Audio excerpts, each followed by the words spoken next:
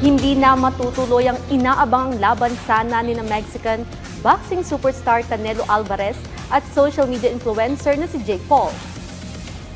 Yan ay matapos na magbago ang isip ni Alvarez na pumirma ng 4-fight deal sa Riyadh season.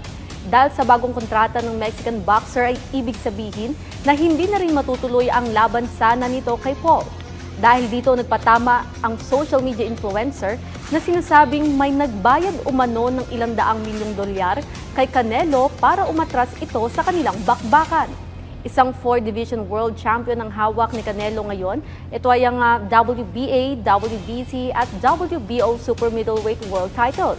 Samantala, si Paul naman ay sumikat bilang isang YouTuber at nakilala rin bilang isa sa mga pinaka-controversial na individual sa mundo ng boxing.